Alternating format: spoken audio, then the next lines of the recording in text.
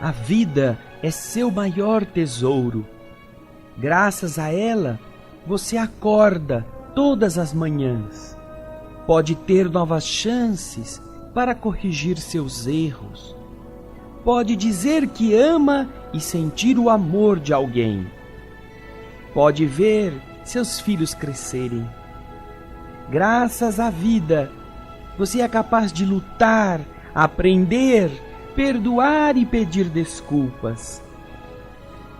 Graças à vida imortal e indestrutível, você pode sentir o carinho daqueles que partiram do mundo antes de você e que continuam vivos.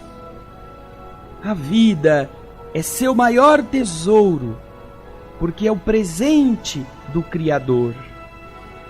Não misture bondade com mágoa, perdão com ressentimento, alegria com tristeza, fé com descrença.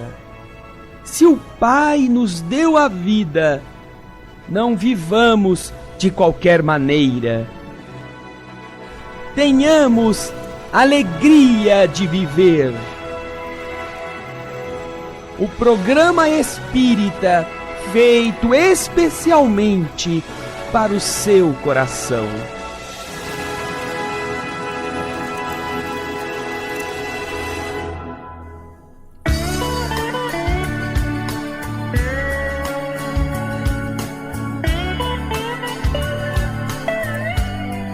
Olá, queridos ouvintes da Boa Nova, estamos iniciando mais um programa Alegria de Viver, mais uma semana reunidos. Que bom aprendermos sempre mais num programa que é cheio de alegria, que quer levar a você essa alegria para que você descubra todas essas leis que regem as nossas vidas, que regem o universo através dessa bela doutrina que é a doutrina espírita.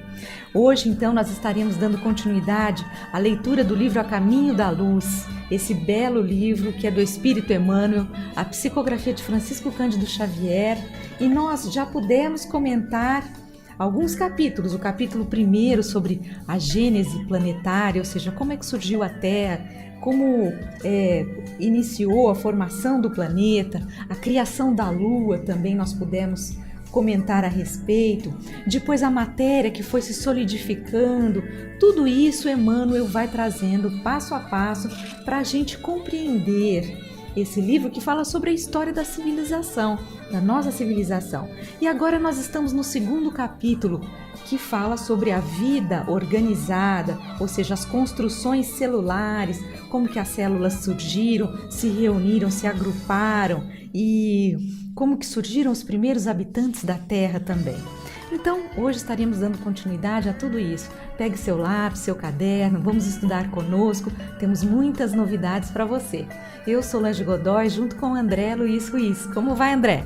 Olá, Solange! Olá, queridas irmãs! Com que alegria voltamos aqui ao estudo do livro A Caminho da Luz. A Boa Nova leva a você informação da doutrina espírita para que isto mude seu modo de encarar a vida, os problemas, possa ter mais força, mais vontade de superar as dificuldades. E é esse o objetivo que essa emissora tão generosa tem buscado realizar e leva até você no nosso programa, como costumeiramente nós lembramos, através do carinho do Luiz Leite e do Alailson Cunha.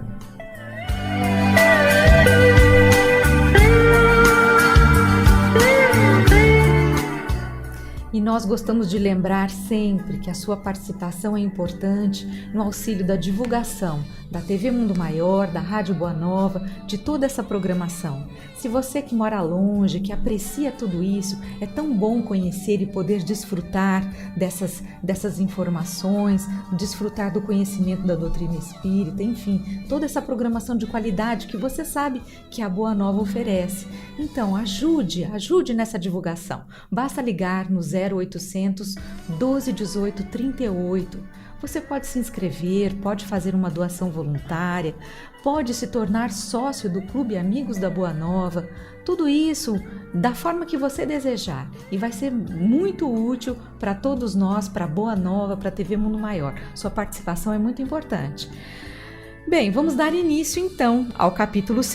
Início não, porque nós já iniciamos esse capítulo que fala sobre a vida organizada. Nós estaremos falando agora sobre o subtítulo Os Ensaios Assombrosos. É importante esclarecer uma coisa, você que nos escuta, houve um problema técnico no envio e na apresentação dos capítulos. Então, apesar de nós nos programas anteriores já termos ido até o capítulo 3, nós estamos fazendo o final do capítulo 2, para que não fique faltando esse capítulo tão importante naquele conjunto de programas que vai ficando na Boa Nova, vai ficando no offline, e as pessoas podem completar com este programa de hoje, a lacuna que ficou, porque fomos para o programa 3, para o capítulo 3, e ainda faltou este, que é o que vamos fazer hoje. Que já foi gravado, mas que deu um probleminha, né, André? A gente não sabia. Ok, vamos então para os ensaios assombrosos.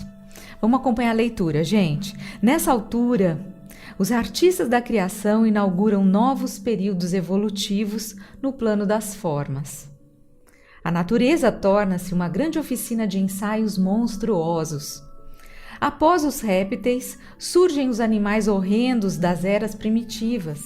Os trabalhadores do Cristo, como alquimistas que estudam a combinação das substâncias no recipiente de acuradas observações, analisavam igualmente a combinação prodigiosa dos complexos celulares, cuja formação eles próprios haviam delineado, executando com as suas experiências uma justa aferição de valores, prevendo todas as possibilidades e necessidades do porvir. Estamos vendo neste trecho, Solange, queridos ouvintes, que há todo um processo de combinação daquilo que significaria a busca pela melhor forma, passando por um complexo sistema de trocas, de experimentos, que as inteligências responsáveis pela formação da base da vida estavam realizando em face das diferentes combinações climáticas,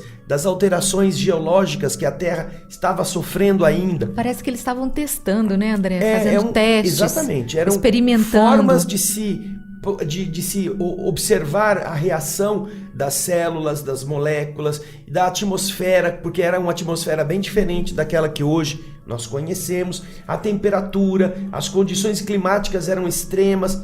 Então nós estamos vendo que todas essas combinações foram sendo feitas por estes espíritos responsáveis por ajudarem ou por conduzirem as determinações do Senhor na construção da base, fazendo com que tudo que fosse possível acontecer no porvir já estivesse sendo agora mapeado, organizado, arquitetado. E assim nós vamos entendendo como é este processo. Naturalmente, não numa velocidade como esta que estamos citando aqui, tão rápida. Emmanuel está fazendo um resumo a respeito das grandes eras e naturalmente não se trata de uma colocação literal de rapidez. É alguma coisa muito lenta, é um processo bastante cuidadoso que leva centenas, milhares, milhões de anos para acontecer. Mas tudo isso dentro desta visão que Emmanuel nos está dando. Vamos continuar o texto? Bem, todas as arestas foram eliminadas. Aplainaram as dificuldades e realizaram novas conquistas.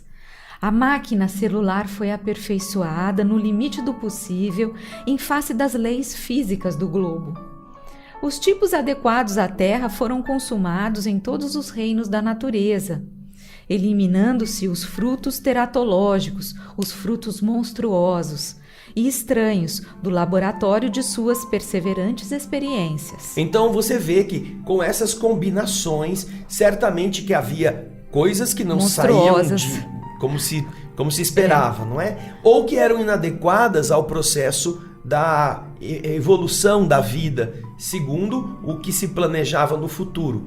Então, primeiro se trabalhou para ver como se construiriam as formas básicas das células, dos órgãos, dos tecidos, e depois começou-se a definir para cada tipo aquilo que seria a base mais adequada, eliminando-se aquilo que não deu certo. Isso.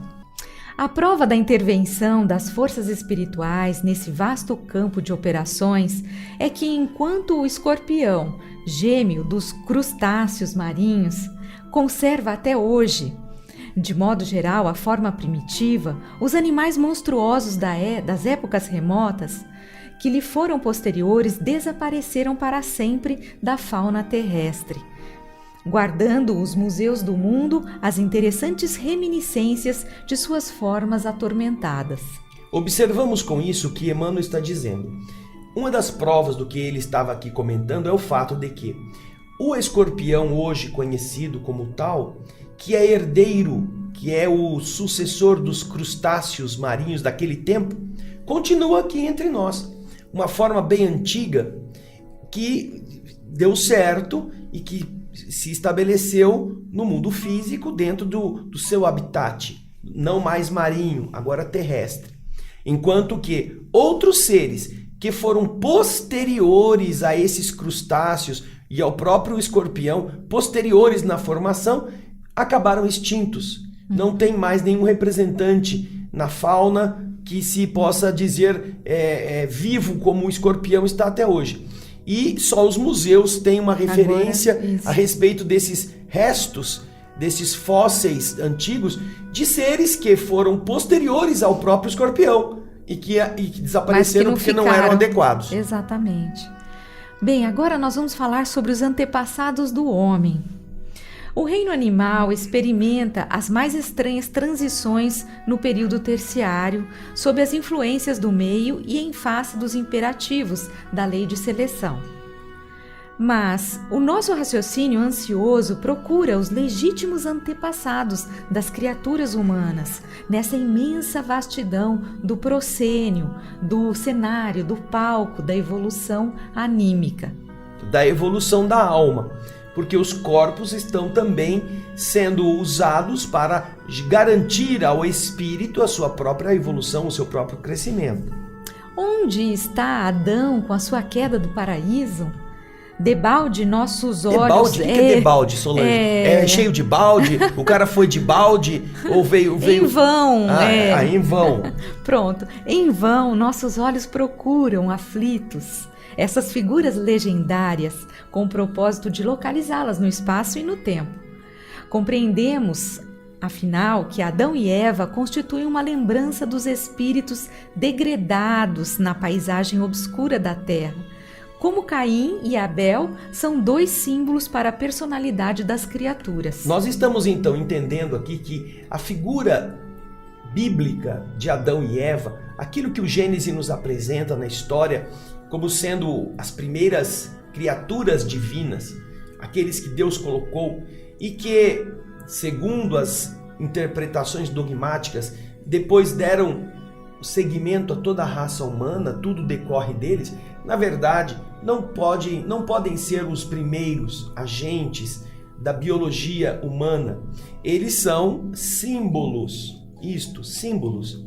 E Emmanuel já está aqui insinuando com a sua precisão de que se trata daqueles que foram trazidos para cá, aqueles que deixaram um paraíso que não era neste ambiente e que, porque não eram adequados mais àquele lugar, foram levados para uma terra difícil, onde eles deveriam colher com o suor do rosto o pão de cada dia. Portanto, Adão e Eva são figuras, não são pessoas. Tanto quanto Caim e Abel, os seus primeiros filhos, também representam tendências daqueles seres que, com o grupo que veio desse exílio, eles carregavam consigo tendências para um padrão e para outro. Daí, nós encontrarmos aquilo que Emmanuel está aqui comentando como uma referência simbólica, não como uma definição literal de dois seres que, graças à sua união, surgiram deram origem a toda a humanidade que nós conhecemos hoje. Uhum. Examinada, porém, a questão nos seus prismas reais, vamos encontrar os primeiros antepassados do homem sofrendo os processos de aperfeiçoamento da natureza. Vamos pensar nisso como corpos, não é? Os antepassados do homem, os corpos que vieram antes, da mesma forma que eles fizeram para os animais, os construtores siderais estavam modelando os futuros corpos para serem usados pelos seres inteligentes. Então é isso que ele está dizendo aqui. No período terciário a que nos reportamos, sob orientação das esferas espirituais, notavam-se algumas raças antropóides, ou seja, algumas raças primatas. No Plioceno inferior, época Pliocena, entre 5 e 2 milhões de anos. Esses antropóides, antepassados do homem terrestre e os ascendentes dos símios que ainda existem no mundo, tiveram a sua evolução em pontos convergentes, e daí os parentescos sorológicos entre o organismo do homem moderno e do chimpanzé da atualidade. Observa-se, ao se analisarem os componentes sanguíneos, que há uma afinidade muito próxima entre os homens e os chimpanzés, porque provavelmente, como está dizendo Emmanuel, eles vieram de um tronco comum que já existia nesta época e que foram esses seres deste tronco comum foram migrando para um caminho e para o outro, dando o corpo como hoje conhecemos do ser humano e também nas suas mudanças genéticas adequadas, dando seguimento às subespécies dos chimpanzés. Reportando-nos, todavia, aos eminentes naturalistas dos últimos tempos, que examinaram meticulosamente os transcendentes assuntos do evolucionismo, nós somos compelidos a esclarecer que não houve propriamente uma descida da árvore, entre aspas, no início da evolução humana. As forças espirituais que dirigem os fenômenos terrestres, sob a orientação do Cristo, estabeleceram, na época da grande maleabilidade dos elementos materiais, uma linguagem definitiva uma linhagem definitiva para todas as espécies, dentro das quais o princípio espiritual encontraria o processo de seu acrisolamento em marcha para a racionalidade. Os peixes, os répteis, os mamíferos tiveram as suas linhagens fixas de desenvolvimento e o homem não escaparia a essa regra geral. Então, o que Emmanuel está dizendo é que, atualmente, os que vieram com toda a modernidade da pesquisa, da ciência, observação, dizendo dessa evolução, o evolucionismo, fazem estas pesquisas. Alguns pensarem que houve um momento em que o homem era macaco e que depois esse macaco cansou de ficar pendurado pelo rabo na árvore, acabou descendo da árvore e saiu andando em duas patas, não é? E Emmanuel está dizendo que dentro da ótica do mundo espiritual não aconteceu essa descida da árvore. Isso. Não houve um tipo de macaco que de repente cansou de ser macaco e saiu saiu andar em duas patas, isso, por exemplo. Não. Ele está dizendo que, do mesmo modo que com todas as raças, essas famílias específicas foram sendo modeladas, também entre os primatas, os hominídeos, desenvolveu-se uma delas que deu origem aos corpos que viriam depois, mais tarde, a serem utilizados por pessoas racionais. Não é que eles eram macacos e que depois desceram da árvore e se tornaram pessoas. É que dentro das alterações genéticas próprias desse acomodamento das formas às circunstâncias, aos seus possíveis, seus possíveis destinos, os espíritos também selecionaram aquela forma adequada para possibilitar a reencarnação de espíritos com raciocínio pleno. De onde se entende, portanto, que este avanço não se dá descendo o homem da árvore. Está, dentro do que Emmanuel explica, explicado por um processo natural que tira de determinadas famílias de hominídeos esta característica para aperfeiçoá-la de maneira que, ao invés de formar um macaco, se deu origem a um corpo antropóide. Ok, muito bem, André. Agora nós vamos falar, Emmanuel fala para a gente a respeito da grande transição.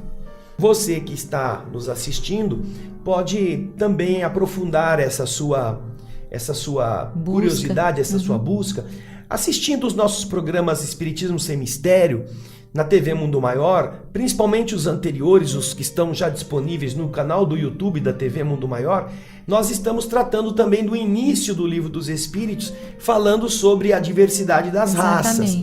E no programa Espiritismo Sem Mistério, que todas as terças-feiras vai ao ar e que quinzenalmente tratamos do Livro dos Espíritos, eu e Solange, nós estamos mostrando a evolução dessas raças para chegarmos aonde o ser humano está hoje.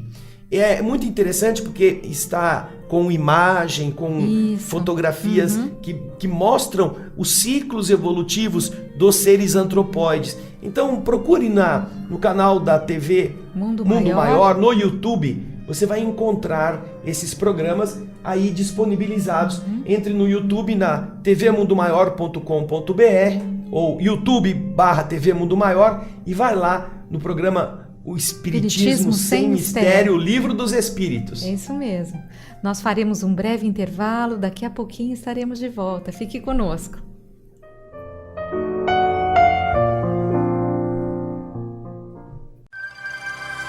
Estamos apresentando um programa Alegria de Viver.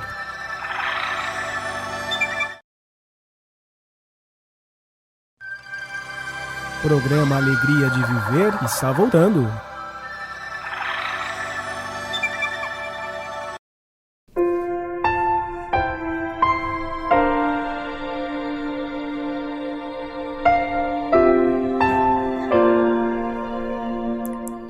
Nós estamos retornando com o programa Alegria de Viver. Para você que se sintonizou conosco agora, nós estamos fazendo a leitura e o comentário do livro A Caminho da Luz, livro que é do Espírito Emmanuel, a psicografia de Francisco Cândido Xavier. Nós estamos no capítulo 2º, que fala sobre a vida organizada. E agora Emmanuel vai falar para a gente a respeito da grande transição. Veja como ele começa o texto, Solange. Veja só, como nós estávamos falando antes, que o homem não desceu da árvore, naquilo que Emmanuel explicou, os antropóides que ele vai começar a citar aqui, veja onde viviam. Os antropóides das cavernas espalharam-se então aos grupos pela superfície do globo, no curso vagaroso dos séculos, sofrendo as influências do meio e formando os pródromos das raças futuras em seus tipos diversificados. Observamos então que ele realça o fato que os antropóides das cavernas, quer dizer, alguns podiam pensar que poderia haver um grupo de antropóides das árvores, de onde deram seguimento a uma evolução para aproximá-los dos macacos, dos símios. Mas houve também os antropóides das cavernas, que ao invés de viverem dependurados, começaram a desenvolver outras características, como ele está dizendo aqui, em grupos espalhados pela superfície do globo.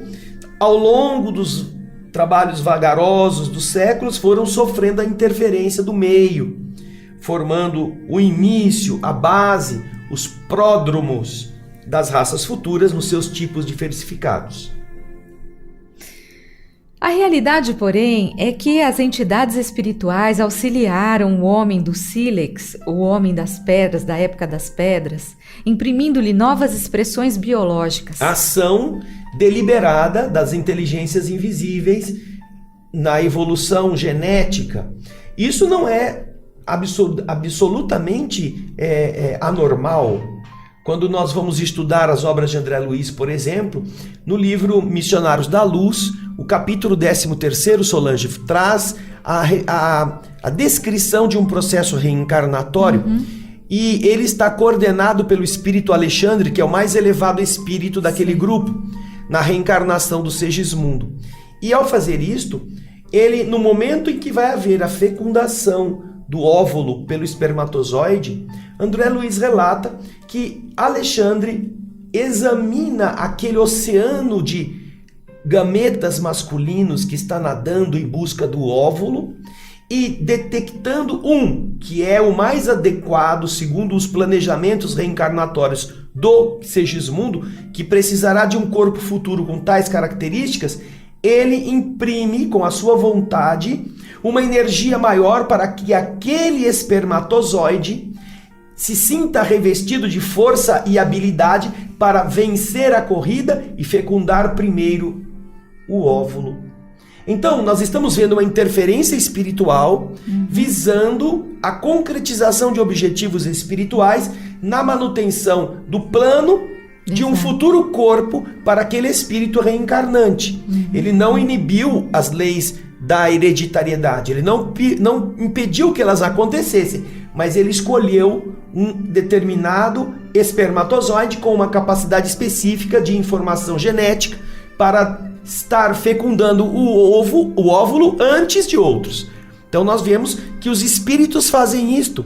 E aqui na evolução da raça humana, eles também estão usando o homem do sílex, aquele homem que quebrava as pedras para fazer seus primeiros instrumentos cortantes. Eles estão usando e alterando esta genética para beneficiar a evolução mais rápida das habilidades futuras dos futuros corpos.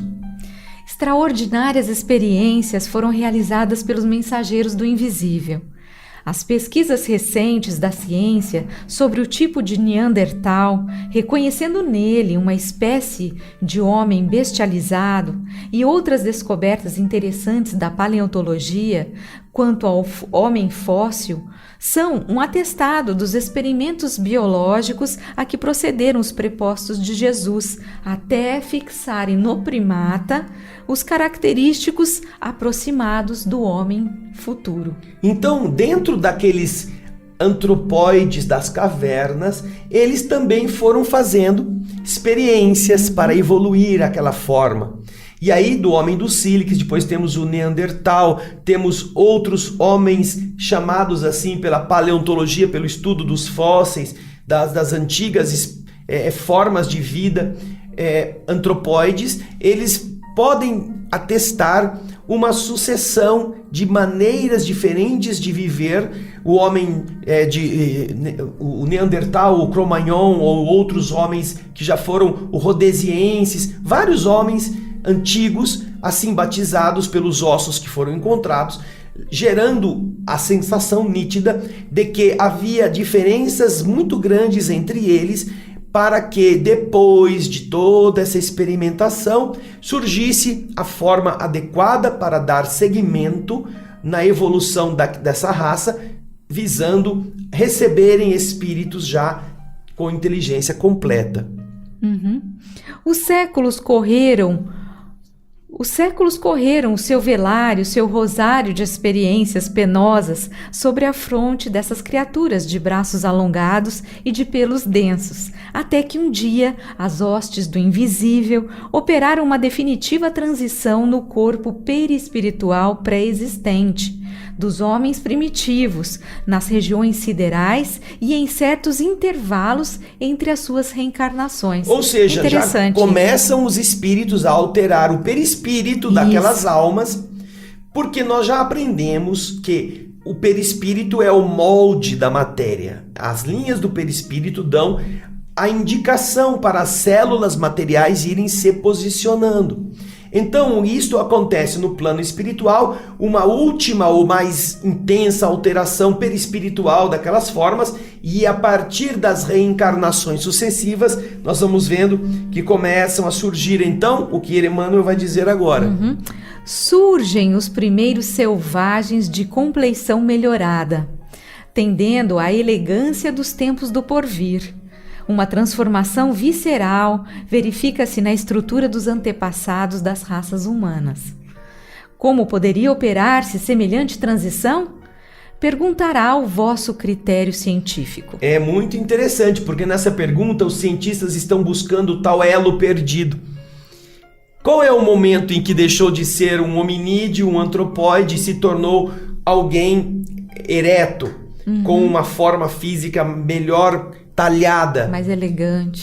Isto acontece, segundo Emmanuel, em um procedimento perispiritual no mundo astral, no mundo invisível, no mundo espiritual, que quando faz a reencarnação acontecer, os novos corpos são colocados no mundo de uma forma mais ajustada mais harmônica do que eram anteriormente os seus ancestrais. E é então isto que faz com que pareça que há um buraco, uma vala entre o fim daqueles que estavam embrutecidos, de braços compridos, pelos densos, e o homem que vem depois, ereto, braços mais adequados, mais harmônicos, sem tantos pelos. O que está faltando? Está faltando exatamente aquilo que acontece no plano espiritual. Essa transição ocorreria muito naturalmente. Também as crianças têm os defeitos da infância corrigidos pelos pais, que as preparam em face da vida, sem que, na maioria, elas se lembrem disso. Então, Emmanuel está dizendo, isso é normal que aconteça. As crianças que às vezes têm problemas de pé, sabe pé chato? Aquelas crianças que vêm com a planta do pé sem aquela curvatura, elas nem se lembram disso, mas os pais arrumaram palmilhas, puseram aqueles sapatões de formar esse arco para... Nenhuma criança gosta. Que a criança tem que dormir com aquilo, mais pra frente ela já nem lembra mais que submeteu-se a isso. Ou então a criança muito pequena é submetida a determinadas cirurgias que são necessárias, ela vai passar o tempo, não vai lembrar. Então esta é uma forma de intervenção que os homens fazem em relação aos seus entes queridos, aos seus filhos, para prepará-los para o futuro. A mesma coisa acontecendo com os esforços de Jesus e dos espíritos que seguem as suas orientações, visando a transformação daquele corpo rude, embrutecido, em um corpo mais adequado para as tarefas do porvir, como Emmanuel está relatando. É bonito ver, né, André? Porque nada acontece por acaso. Tudo tem uma sequência, tudo tem um planejamento, nada surge do nada. Muito bonito. E aquilo que nós chamamos de casualidade, objeto talvez das leis naturais, observamos que é a consequência de uma combinação que vai sempre levando os diversos tipos a etapas melhoradas, não é? A transformações adequadas, seja a lei de seleção natural, que faz com que o indivíduo mais propenso àquele ambiente tenha vantagem em relação aos outros, seja na maneira com que os homens e os seres vão se adaptando moralmente às novas combinações de vivência, como, por exemplo, animais que aprendem a desenvolver técnicas de caça coletiva, que fazem emboscadas para terem mais vantagens, não é? Essas são coisas que vão surgindo de uma aparente casualidade, mas que dá a eles esta potencialidade melhorada. Nós temos um vídeo muito interessante no YouTube, se você quiser você pode ver, de um passarinho que aprendeu a pescar. É um tipo de garça pequena que ele pega o pedacinho de pão, molha com o bico assim na água, põe e fica pertinho, ele tem aquele pescoção, ele sabe que os peixes vão atacar o pão e aí ele pega o peixe, nem precisa se dar o trabalho de mergulhar. Mas outros irmãos dele ainda não descobriram isso, não desenvolveram esta técnica. Veja que interessante como as coisas vão acontecendo. É isso mesmo. Gente, infelizmente nós estamos encerrando o nosso programa. Como sempre, nós deixamos o convite, André já falou disso para vocês. Se vocês quiserem estudar conosco o Livro dos Espíritos, no programa Espiritismo Sem Mistério, as terças-feiras, de 15 em 15 dias, a partir das 16 horas, você estuda conosco, ao vivo, você pode enviar suas perguntas, deixar os seus comentários. E se você não puder estar conosco nas terças-feiras, todas as quartas-feiras, a partir das 20 horas, na TV Alvorada Espírita, nós também estamos fazendo o estudo do Livro dos Espíritos. Então, participe, esteja conosco, porque esse livro, o Livro dos Espíritos, é grandioso, vai enriquecer muito as nossas vidas. É isso, deixamos então o nosso convite, que essa semana seja de muita paz e até a próxima edição do programa Alegria de Viver. Vamos fechar os nossos olhos e fazer a nossa vibração.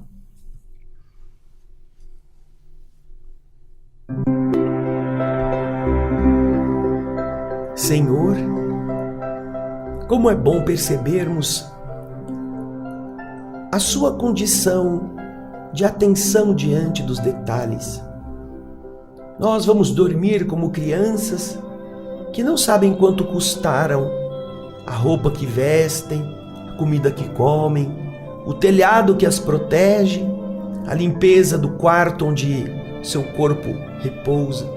Nós somos crianças, Senhor, que apenas desfrutamos do sono, desejando ter sonhos felizes, esquecidos de que alguém deixou tudo pronto, que pais trabalharam, que se organizaram durante o nosso repouso para que no dia seguinte o café estivesse à mesa, a roupa limpa pudesse ser usada, os livros, cadernos estivessem na mochila, a escola nos esperando e o almoço na volta pudesse também encher nossa estrutura física daquilo que é necessário.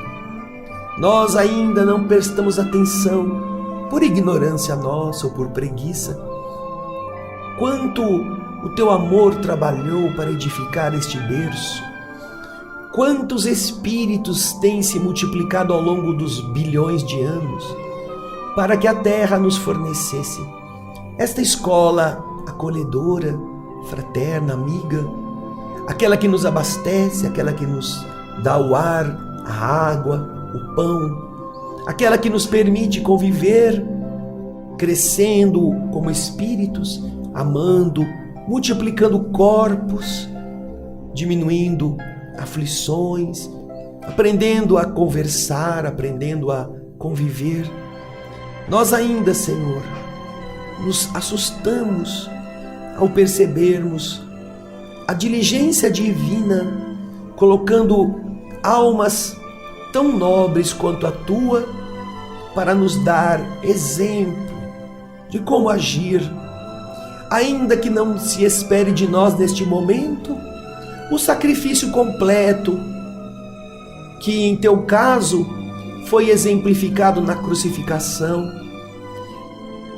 O universo nos convida não para carregarmos a cruz até o Calvário, mas para exercermos o perdão, para termos compaixão de alguém, para falarmos o bem, para diminuirmos as aflições, para pedirmos desculpa.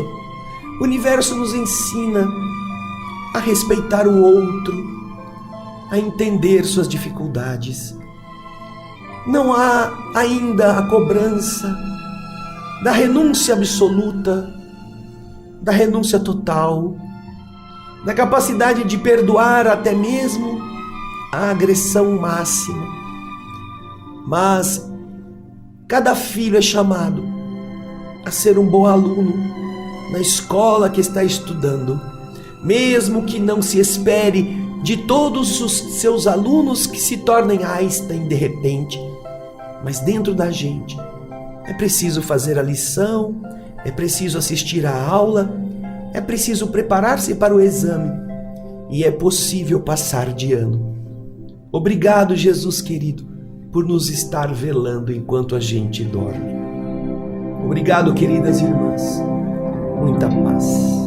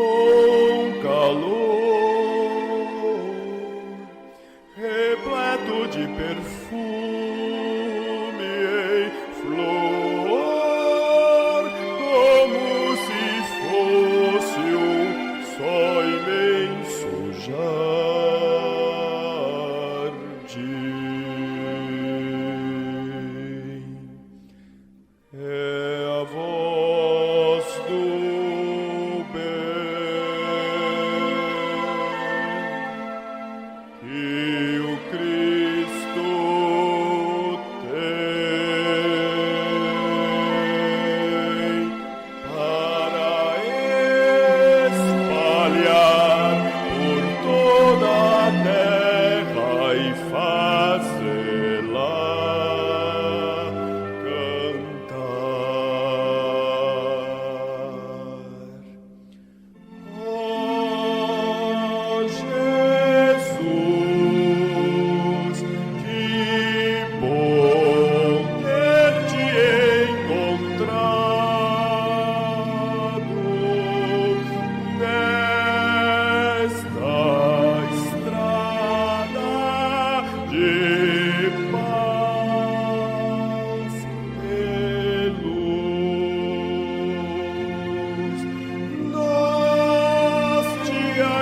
agradecemos e assim queremos te espalhar, te dividir.